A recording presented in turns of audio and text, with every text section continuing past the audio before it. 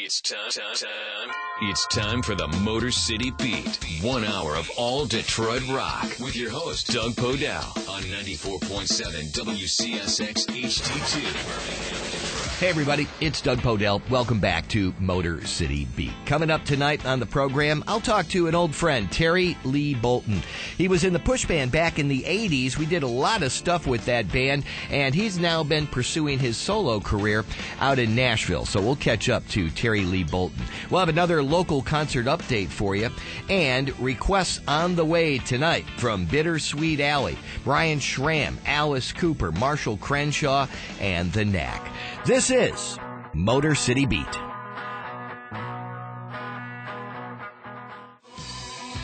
Made in Detroit and rocking the world. Doug Podell and the Motor City Beat on 94.7 WCSX HD2 Deep Tracks. And don't forget to send your request to Doug at WCSX.com, or you can log on to my Facebook page, and I'll do my best to pull them up for you. And we started out with Bob Seger from one of his landmark albums back in '72. It was the album that really started to design, form, and shape the Seger sound that we hear today. A tribute to Rosalie Trombley from CKLW. Track called Rosalie. Hey, stay with us, because coming up, we'll have that concert update for you. Plus, I'll be talking to Terry Lee Bolton about the music of yesterday and today. And we'll have some great classics from the Underdogs and Alice Cooper, and some new music from Nikos Vox. Right now, though, it's a rarity from Rare Earth on Motor City Beat.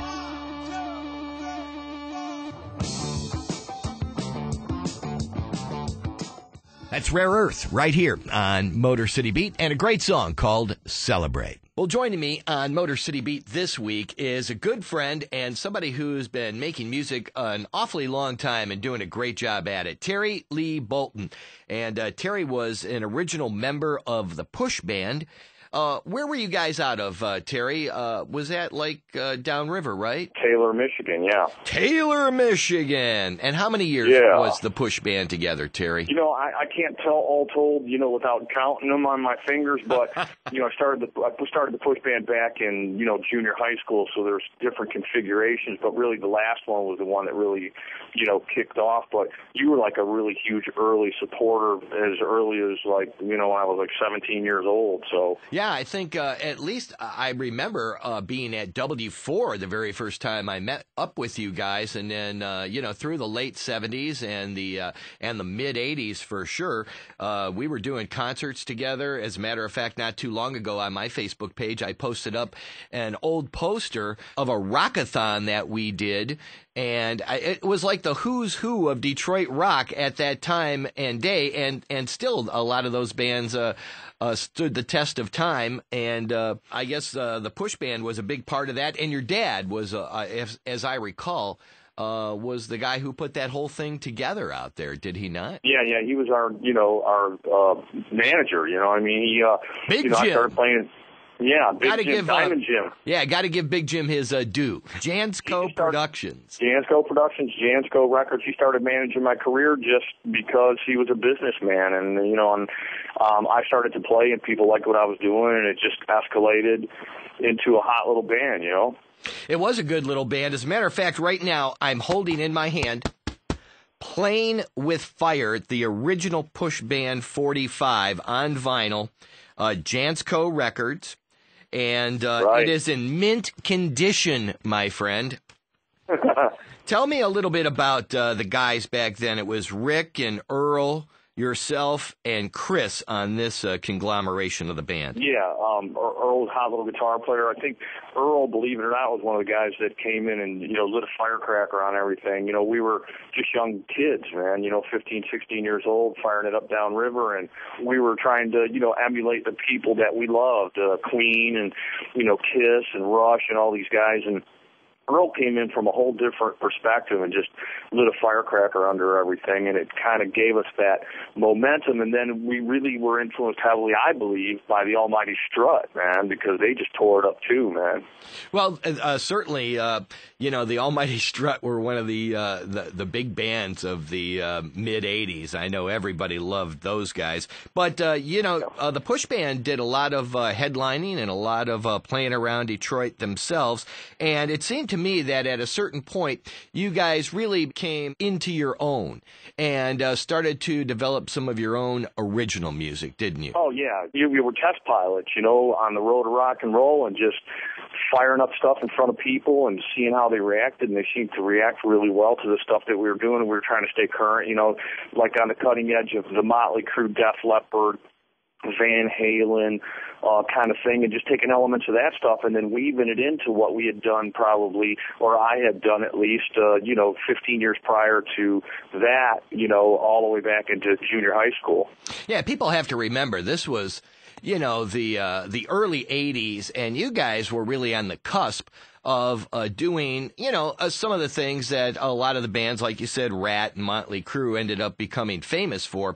But that was what was happening back then. That was the sound. That's what people were paying their good hard-earned money to go out and see in the clubs and in the concert venues. What were some of the clubs that you guys were playing in back then? Well, obviously we did Harpo's, and we did New York, and the Main Act and all that, but we took off and hit the road, so we were doing the Cardi's clubs, which was a huge circuit. They were all, Harpo-sized clubs scattered all over the South and all over Texas and all that stuff, so we went and hit all those clubs, and, like Warren Zevon, we opened up for him in a club that held 2,000 people. I think a lot of young bands today, they don't utilize that aspect of their worth out there by playing outside of the Detroit area. It's great to own this market, but you've got to own a few other ones, so you've got to take it out on the road.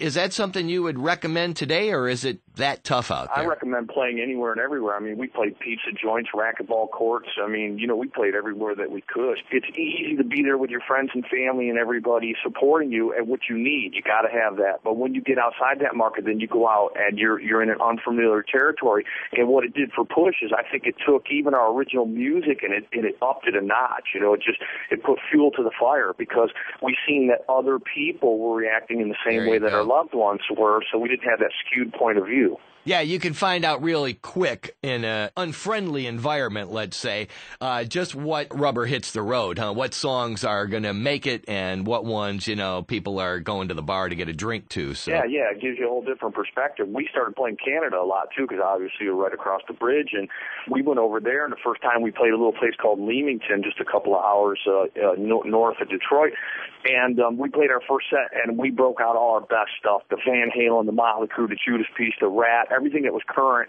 our best originals, and you could have dropped a pin when we were done with the first show, and I thought, oh my God, these people are going to hang us, And after the third set, we didn't even get to go home. We had to play another set because they went absolutely ape, but they only went ape after the shows were over. The 3 sets were done. Then they were like, you're not going home, you're that good, and they just about tore the bar apart, But at first, I thought they were going to string us up.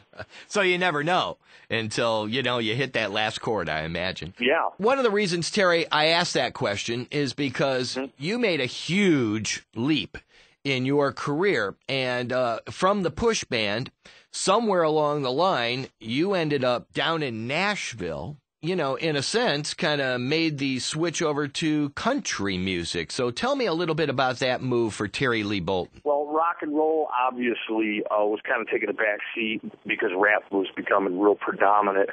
And a different type of heavy music. We were considered heavy at the time. We're kind of considered, Push is really considered pop, glam rock now, but at the time it was considered hard rock. So I knew the market was drawing smaller. I was writing all the songs basically for Push, and I had my hand in the songs in one way or another. Even if I didn't write a note, I arranged them. I just had kind of a gift for that as a young adult, and I had been writing songs since I was probably 10 years old. So I really wanted to expand on that. So with the market changing, I didn't really specifically want to go country in a way. I was just doing the music that I knew how to do the way that I knew how to do it without the other guys interpreting what I was already writing in Push. So it came out a little bit more Americana, a little more Americana rock. The music community really labeled me country more than I did. I always felt that I came from Detroit and anything that I did was going to have that label on it, you know. So I didn't come to Nashville to shake off Detroit. I came to Nashville to indulge in the culture, to be able to work and live a little easier, obviously be in the sun. But what I want to do is I wanted to bring Detroit down here and kick some ass. I didn't want to come down here and dilute what I had already done and accomplished as far as writing and my attitude towards music. And, you know, I even have a new record coming out called You Can't Have It, a new CD. And it's more guitar and more even in the vein of Detroit. It's kind of mixed everything that I've done together. But really the community, and it's a long answer, but the community here labeled me country before I ever decided that was what I was going to do in it. And I was selling records, so who was I to argue? It'd be great if Push could get back together. I've kind of been, you know, pushing on the guys a little bit for a reunion when we've had some talks and stuff like that. Oh, that'd be great. I've gotten a lot of offers from a lot of people. I've had promoters contact me and clubs contact me and, you know, emails and even phone calls about it. I put the stuff out there, and I don't have any animosity about anything. I think things went the way they went because that's the way they were supposed to go. I wanted to write more. You know, the conversation we're having right now is how I ended up, you know, where I'm at now with the country rock genre, with playing guitar. And I've literally now been playing guitar and fronting almost as long or longer than I have been a drummer. Right. We're talking to Terry Lee Bolton, a member of the Push Band out of the Taylor area back in the 70s and 80s, today in Nashville. And Terry, I got to give you a tip of the cap. You've really done a great job, and you've continued to make music all these years. And this stuff is pretty damn good, and we're going to get a chance to give it a listen right now. So congratulations, my friend, and continued success. And I hope you get back here to Detroit soon and get that Push Band reunion going. Tell the guys we're ready for it. Let's check out the new stuff. This is Terry Lee Bolton, and you're listening to Motor City Beat.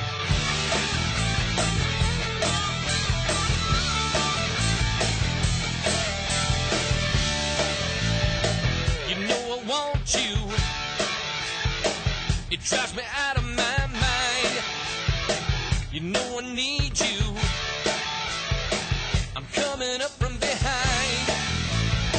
You know I love you. I don't know what else to say.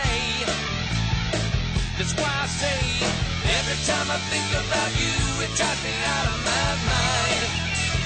Every time I think about it, every time I think about you. Every time I think about you, it just blows my mind. Every time I think about it, every time I think about you. All right.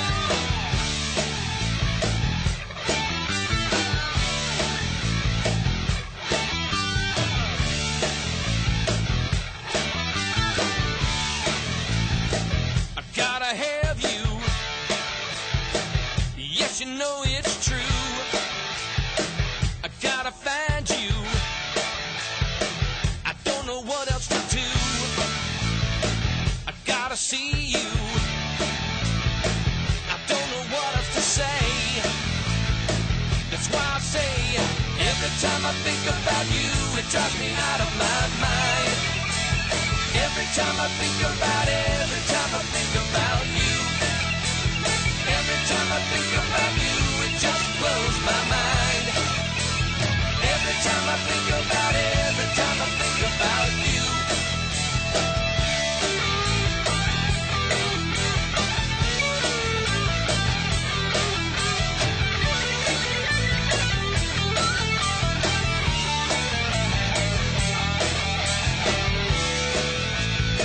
You know I want you.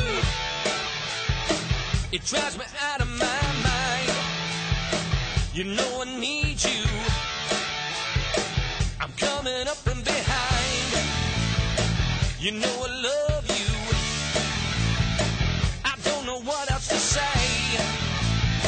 That's why I say, every time I think about you, it drives me out of my mind. Every time I think about it, every time I think about you. Every time I think about you, it just blows my mind. Every time I think about it, every time I think about you. Every time I think about it, every time I think about you. Every time I think about it, every time I think about you. Every time I think about it, every time I think about you. Every time I think about it, every time I think about you. Every time I think about it, every time I think about you.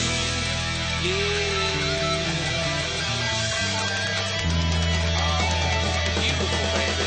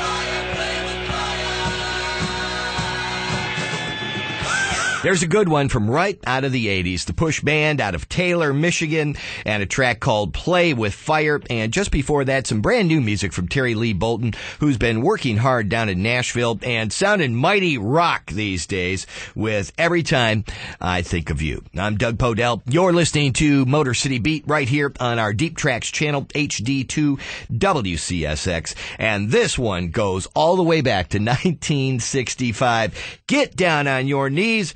It's Detroit's own Underdogs. Made in Detroit and rocking the world. Doug Podell and the Motor City Beat on 94.7 WCSX HD2 Deep Tracks.